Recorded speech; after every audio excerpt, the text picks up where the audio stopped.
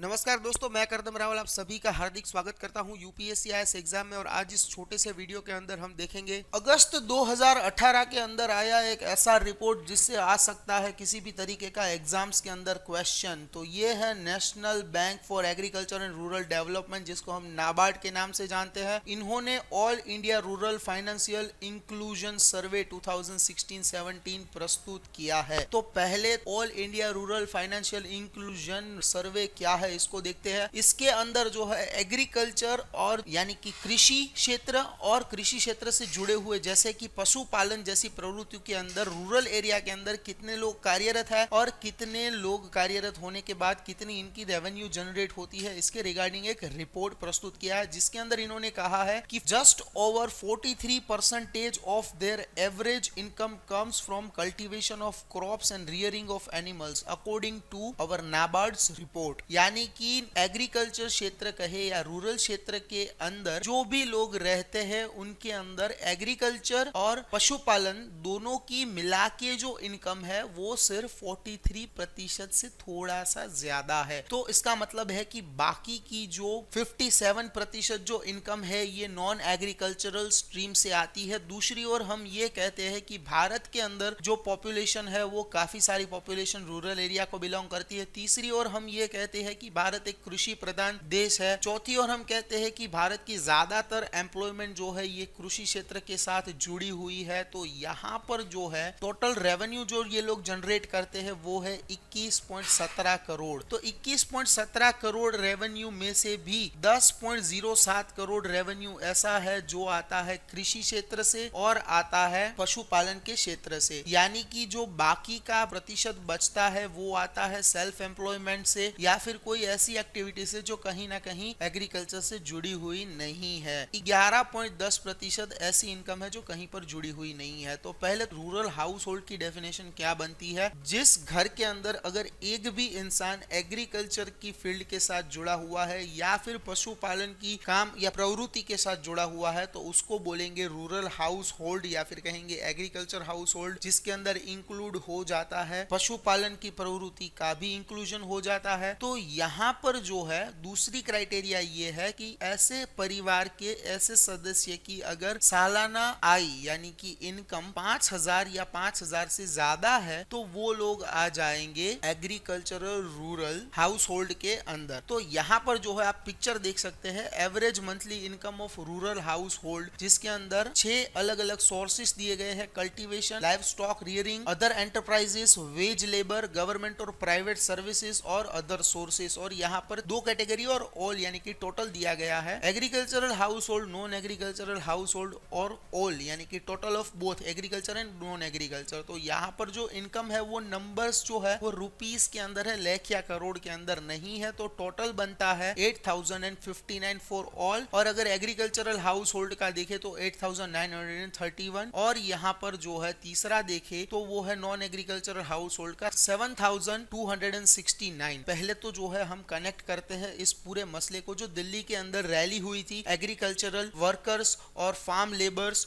और फार्मर्स की, जहां पर डिमांड की गई कि मिनिमम सपोर्ट प्राइस के अंदर बढ़ोतरी लाई जाए। 18,000 रुपए प्रति माह जो है यहाँ पर डिसाइड करके हर कृषि क्षेत्र के साथ जुड़े हुए लोगों को यहाँ पर मुहैया किया जाए। तीसरा यहाँ पर है कि कई ऐसी कंप्लेंट्स आई थी जिसका मैं एक एग्जाम्पल आपको देना चाहूंगा कि एक ऑरेंज का फार्मर है वो कहता है मेरे फार्म के अंदर जो ऑरेंज उगाए जाते हैं वो मुझे बेचने पड़ते हैं मंडी के अंदर 6 रुपए पर किलो और यहाँ पर यही ऑरेंजेस मार्केट के अंदर बिकते हैं 60 रुपए पर किलो। तो मुझे पर एकड़ 40,000 रुपए की नुकसान होती है। तो इस नुकसान की भरपाई जो है मिनिमम सपोर्ट प्राइस से ही हो सकती है। मिनिमम सपोर्ट प्राइस जो है वो क्रॉप्स में ही नहीं बल्कि वेजिटेबल और फ्रूट्स के अंदर भी होनी चाहिए। तो फार्मर्स की ये सिचुएशंस जो है इसका सॉल्यूशंस कैसे और कहां से लाया जा सकता है, नाबार्ड के ही रिपोर्ट के अंदर जो हम बात करें कि कैसे सॉल्यूशन लाया जाए तो सॉल्यूशंस के अंदर बनता है कि डिस्गाइज अनएम्प्लॉयमेंट को पहले दूर किया जाए, सेकेंडरी सोर्स ऑफ इनकम को क्रिएट किया जाए ताकि लोग जो है वो कहीं ना कहीं दूसरे एंगल से भी पैसे कमा सके। तीसरा यहाँ पर पॉइंट ये बनता है कि गवर्नमेंट को इंफ्रास्ट्रक्चर इतना डेवलप करना पड़ेगा कि लोग जो है वो मार्केट के साथ इजीली कनेक्ट हो सके।